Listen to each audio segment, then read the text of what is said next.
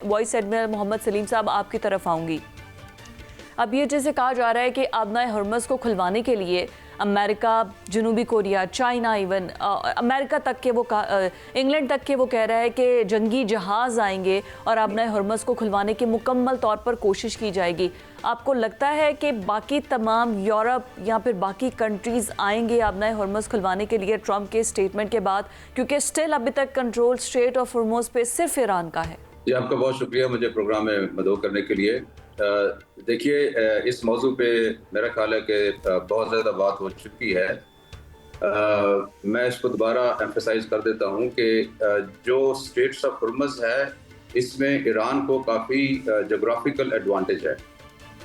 इस geographical advantage की वजह से वहाँ पे उसकी जो पोजीशन है, स्पेशली विद रिस्पेक्ट टू उसके पास जो पासदारान इनकलाब के रिसोर्सेज हैं, उसके पास जो तेज़ रफ्तार बोट्स हैं जिनको कि वो कामाकाजी रोल में भी इस्तेमाल कर सकता है। इसके अलावा उसको वो रिमोट कंट्रोल से भी इस्तेमाल कर सकता है। इसके अलावा उसके ऊपर रॉकेट लॉन्चर्स भी नस्ब किए जा सकते हैं।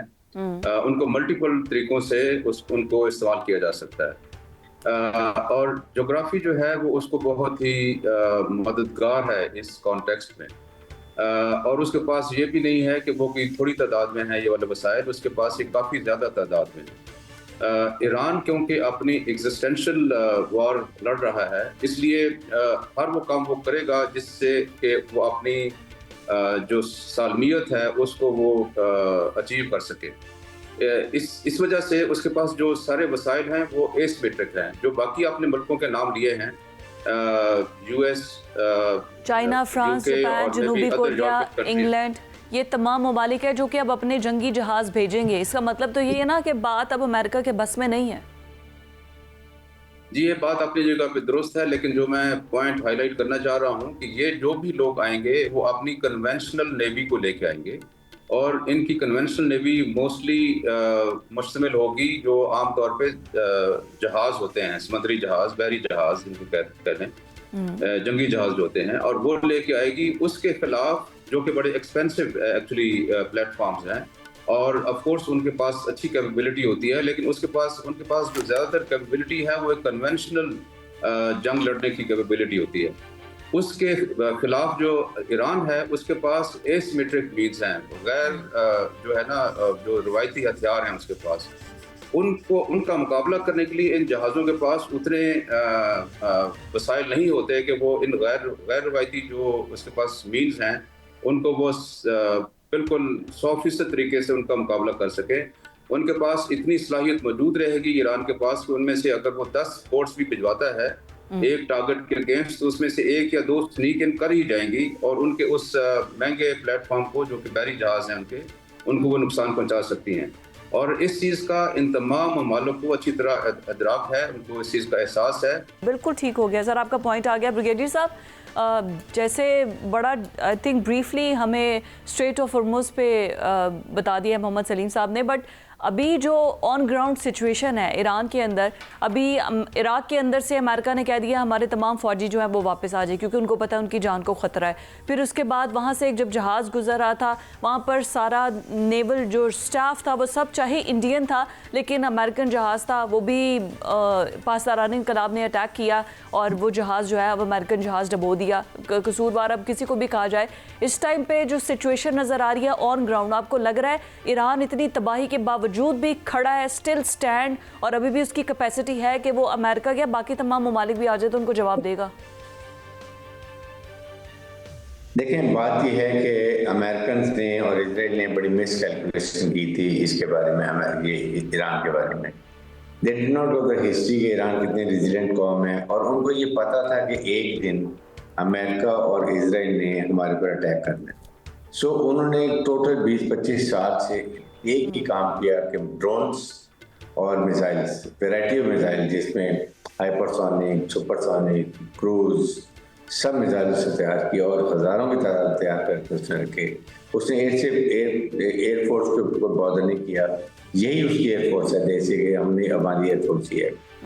साथ ही साथ उनको पता था कि जो स्ट्रेट ऑफ हॉर्मुज़ है इसको हमने कैसे कंट्रोल करना। दे विल से कि we will not allow, mine बिछा देंगे, सेकंड, उनके पास देखिए अनमैन्ड स्पीड बोट्स हैं, अनमैन्ड स्पीड बोट्स, उसमें उनके मिसाइल भी नस्ब हैं, उसमें उनकी मिसाइल भी हैं, उनके पास मशीन गन भी हैं, and they can go and bang into the ships remote control से।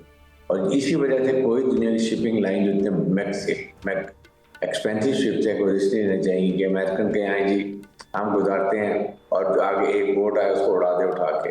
That is why they American यहाँ स्टक हो गए हैं। यही और तो जो हुआ है जिस ना? फ्रस्ट्रेशन में जाकर इंडियन शिप के साथ कल यही तो हुआ है। बिल्कुल, और यही आपके सामने आप देख रहे हैं, सार्क में जाके जो उन्होंने उनके एयरफील्ड के ऊपर जो बहुत इंपॉर्टेंट एयरफील्ड है वहाँ साइड पर भी जाके बॉम्बिंग इज जस्ट फ्रस्ट्रेशन। और फिर जो नुकसान इजराइल को हो रहा है दे कुड नेवर इमेजिन।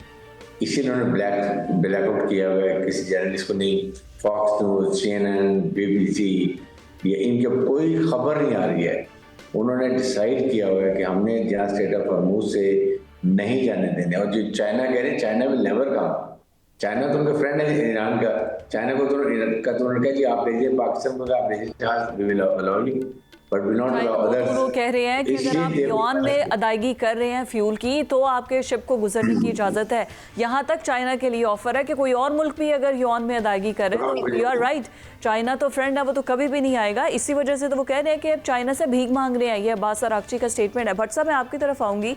अभी ये जो कल भी हम खारिज जजीरे की बात कर रहे थे, इस पर वो ट्रम्प कह रहा है कि अभी भी हम जो है वो चाहे तफरी के तौर पे यानी कि शरारतन हम अभी भी कर सकते हैं। हमने आपकी ऑयल इंस्टॉलेशन को तो हिट नहीं किया, आसपास अभी अटैक किया है, लेकिन हम शरारतन कुछ भी कर सकते हैं। तो आपके पास क्या अपडेट्स है कुछ इस तरह? देखिए फिजा, एक ट्रम्प का बयान, इसको थोड़ा सा पहले मैं डेप्थ में जाके आपको खोलता हूँ ना बात को। बात है क्या?